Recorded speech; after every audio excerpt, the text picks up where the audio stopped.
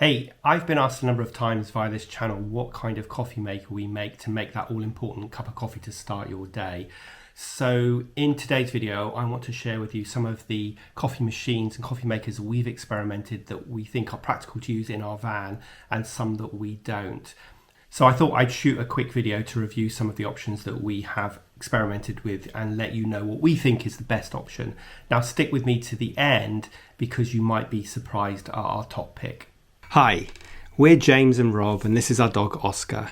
It's a really steep learning curve when you start your motorhome, campervan or caravan journey, and there is lots that we wish we had known. So we decided to document what we have learned and share with you our adventures as we head out on the road again. What are the best ways of making a decent cup of coffee? That's the question that I am going to try and answer today. Now, like you, we like a decent cup of coffee and we like to start our day with a cuppa as well. So we wanted to find out what is the most convenient, cost-effective way of making a decent coffee in our motorhome. So in this video, we have reviewed a bunch of different coffee makers so that you don't have to. Now we've looked at everything from the cheapest option to more expensive options and we have scored them out of 10 in a very unscientific way. And I've put links in the notes to each of the coffee machines that we've tried out so that if you want to look into them you can. Now I need to caveat today's video saying that we like a decent cup of coffee in the morning and I totally acknowledge that we all have a different opinion and different tastes. So no doubt you may have some other opinions, and if you do and if there's something that I didn't cover, then please do leave a comment in the comment section below today's video. Okay, so let's go and let me have a sip of my coffee first. Now, obviously the easiest and probably the cheapest way of making coffee in your van is to grab some instant coffee. And obviously I'm just going to outline for each of the things I talk about some of the pros and cons, but obviously a pro for this is that it's cheap, that it's easy to transport, and it's not really messy because you've got nothing to dispose of after you've drunk the coffee. But some of the cons, and I apologise for being a coffee snob, is that the quality of the coffee or the taste of the coffee isn't that great, and also you need to have a way of heating up water, so you need a kettle which you either heat up on your hob or electric when you're on electric hookup to make your coffee. Now we like a decent cup of coffee, so this isn't really an option for us, and in my very unscientific way of scoring, I've scored this a 4 out of 10. And obviously some of you will probably think, well actually, you know, instant coffee is perfectly fine for what we need, and I totally get that. This is really my opinions on this, but that is the first way of you making up a cup of coffee, which is using instant coffee. Now the next thing I want to talk about is using one of these Italian stovetop coffee pots. In fact, this was the first option that we explored when we got our motorhome, and you know, as I said, we knew that we didn't want to use instant coffee, so we have a few of these at home, so we thought we'll put one in the van. And some of the pros about this is that you can obviously make nice strong coffee. They are pretty small to carry in terms of storage. You can get different sizes, so this is probably a 2-person one and this is a 4-person. Coffee machine's obviously a bit bigger, but they are nice and small to carry, and they will work on a gas hob or an electric hob or an induction hob if that's what you've got.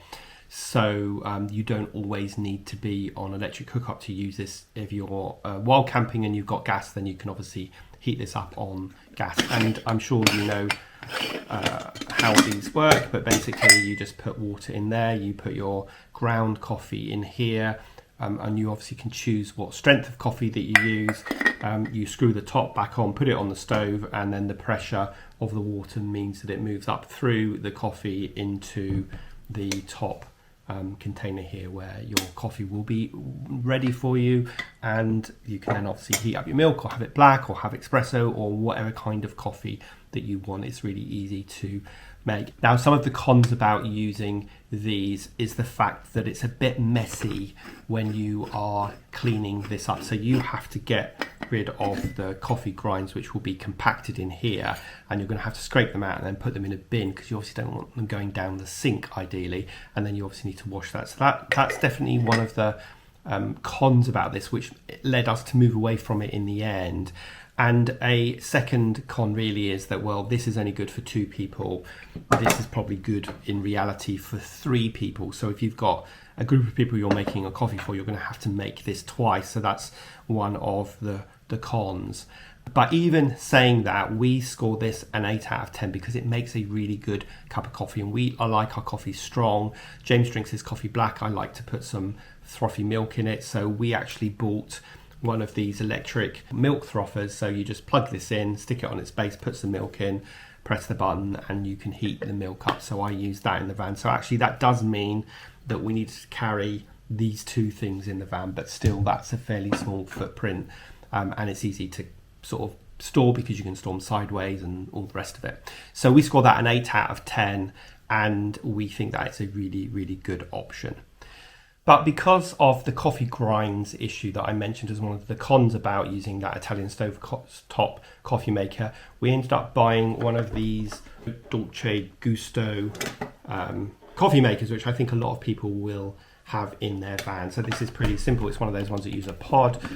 You simply fill up this water container, you put your pod in here, and then you decide on the strength. The coffee pod tells you what strength it is, and then it makes your coffee. So some of the pros about this is that there is a really broad range of different types of coffee pod that you can buy, from flavoured lattes through to just plain espresso, to specific blends, through to ones that have a separate milk or creamer capsule, and also teas and hot chocolates as well. So it has a huge range of coffees and hot chocolates and teas that you can make. So that is really good. It's obviously easy to use, and it's easy to dispose of the pods because they are completely contained. So you just can throw them in the bin or put them in the recycling. And there is no need for a hob or a kettle to make this work. So that is definitely a good option. And also it was cheapish to buy. So that coffee machine cost us about £45, and we also got a bunch of coffee pods included. So basically they want you to buy the machine, which is always really cheap because the coffee pods aren't that cheap, which is one of the cons about this, and I'll talk about those now. So first of all, it's bulky. And when you've got the machine plus a whole bunch of coffee pods, you've got quite a lot of storage. And we ended up storing this underneath one of our bench seats at the front. But to be quite honest, it was a bit of a pain every morning getting it out, finding the coffee pods, making your coffee, and most importantly, drying it off completely and then storing it again. And obviously we didn't have the luxury, probably like most of you, to keep our coffee our coffee machine on the side counter all the time, because that space is precious and needs to be used for other things. So it's bulky and it's a challenge to store. And despite the machine being fairly cheap to buy, one of the other cons is the fact that the pods are quite expensive when you start buying a whole range of them, and when you compare it to other options. So it costs about, say, £5 to buy 16 pods, which works out about 30p cup of coffee, which relatively speaking isn't that much. The big con for us is that it makes a very average cup of coffee, and it's not that great. We prefer stronger coffee, and it's quite hard to make strong coffee in that. And also when you've made it, the coffee isn't always that hot. But again, I totally understand that this is a matter of taste, and some of you will absolutely love that machine that you have. And the last con about using this is that you have to be on electric hookup. And then if you watch our Scotland series, and I'll put a link to that above, you will know that when we were in, I think, Loch Ness area, there was Braemar rather, there was a power cut for 2 days, which meant we had no electric hookup, and so we couldn't have our coffee. So that's definitely one of the cons about using this. And as a result of that, we score that machine 6 out of 10. Now, the next thing in our review is to look at a traditional cafetiere. And so let's just, you obviously will know how to use one of these. You put your coffee grinds in the bottom, pour hot water in it, let it sit for as long as you want, and then push the plunger down to make your coffee. So a big pro of this is that it's nice and cheap to buy. You're going to pay anywhere between sort of £10 to £30 for these, depending on, I mean, this is stainless steel one, but you can get plastic ones. It makes a decent cup of coffee. Again, you choose the strength of coffee that you put in, you decide how long you want it to sit for, and then you're going to get the strength of coffee that you want. It's also can make enough coffee. I mean, this is probably only going to make enough coffee for 3, but you can obviously buy bigger ones than this. So you can, if you've got 4 or 5 people, you can easily make enough coffee in one go for all those people, provided you've got a one that's the right size. And of course, as a result of all of this, it's pretty cheap to sort of run it. To make a cup of coffee, I think is not going to cost you anywhere near as much as the Dolce Gusto machine, and I think it makes better coffee. Some of the cons, well, this is glass. Even if you buy these ones that have a plastic case, that's still glass here, so that is fragile, and you obviously could break that really easily, as we have done. We've got a bigger one, but we broke it. And you need a kettle to make your coffee, so you need to have a way of heating up your water, either on gas or electric. And lastly, a bit like the Italian stovetop espresso machine, it's a bit of a faff to get rid of the coffee grinds. You know, if you're at home, you can pour any residue down the drain and then scrape out the coffee grinds into the bin, but when you're in your van, you really don't want coffee grinds going into your drainage system, so you have to be a lot more careful. So it's a bit of a faff in terms of cleaning this. And as I say, in terms of storage, it's glass, so you have to be super careful. So we score this a 7 out of 10. We think it's a cheap way of making really good coffee, but it has the drawbacks, as I mentioned. So that is the cafetiere. Now the second to last one I want to talk about is an AeroPress, because lots of people, when we have talked about our coffee making escapades in the van, lots of people have commented about, well, you should go and use an AeroPress. Now, I don't have an AeroPress to show you, right? I don't own one, but I'm going to put a picture of one up here so you can see what I'm talking about. And I have had coffee made from this from some friends before, and they showed me how it all works. So I feel like I can talk enough about this to give it a score and to assess it. Now, the thing about the AeroPress is it's billed as a travel coffee press, a travel coffee maker. So they talk about, you know, people taking it to their hotel, or when they're camping, or when they're in their motorhome. So it's completely created for us people who are out and about. So that's definitely a con for this.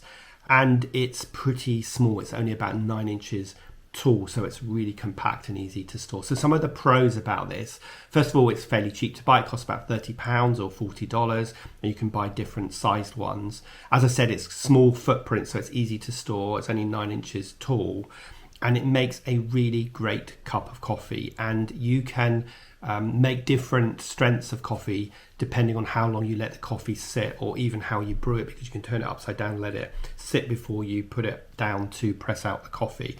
And actually what you can do if you want is you can put the AeroPress right over your coffee cup and push it right straight into your coffee cup. So in terms of kind of mess and washing up, it helps with that if you're making a single cup. It's quick and easy to use. You're going to make a cup of coffee in sort of 1 to 3 minutes once you've boiled the water. And it's easy to clean the grinds out because it creates like a compact, I'm not sure what the right barista term is, but it creates a compact coffee ground, which almost is like a pod that you can just throw away. So it's a lot easier to use than say this or the Italian stovetop press. Some of the cons about it, well, it's advertised as making, the small one's advertised as making 2 to 3 cups, but in reality, you're only going to get 1 cup of coffee from that. And you also need to buy filter papers to put in the bottom to ensure that the coffee grinds don't go in your coffee. But you can also buy a metal one of those if you want. So if you don't want to buy the filter papers, then you can get a metal one. So that is the AeroPress. That is something that we're going to invest in next, because we score this a 9 out of 10. So the AeroPress gets our top score, and for £30 it's really worth it to make a decent cup of coffee and to make one that is easy to clean up. Now, before I wrap this up, I did want to show you the coffee machine that we have at home. So let's go and look at that. So I guess this gives a bit of context, because this is the coffee machine that I use every day. This is one of those bean to cup coffee machines where you put the coffee beans in here and you choose your strength, and then it grinds the beans so you've got fresh coffee, and then you can also use this to froth up the milk. So, but obviously you can see this is pretty big, so it would, and it's pretty heavy, so something like this would not be practical at all to use in your motorhome. So there you go. That is my down and dirty, quick, unscientific review of a bunch of coffee makers, and the AeroPress comes out on top, with a close second being the Italian stovetop machine. So I'd love to know how you make your coffee. What do you think about the ways of making coffee that I've shared with you today? And is there something that I didn't mention that you found to make great coffee? So please do leave a comment in the notes. And as ever, if you enjoyed this video, please give it a thumbs up. Please hit subscribe, because that helps the algorithm show the video to more people just like you, which means we can help more people. And of course, please share the video with your friends. But other than that, we will see you next week as we head out on the road again.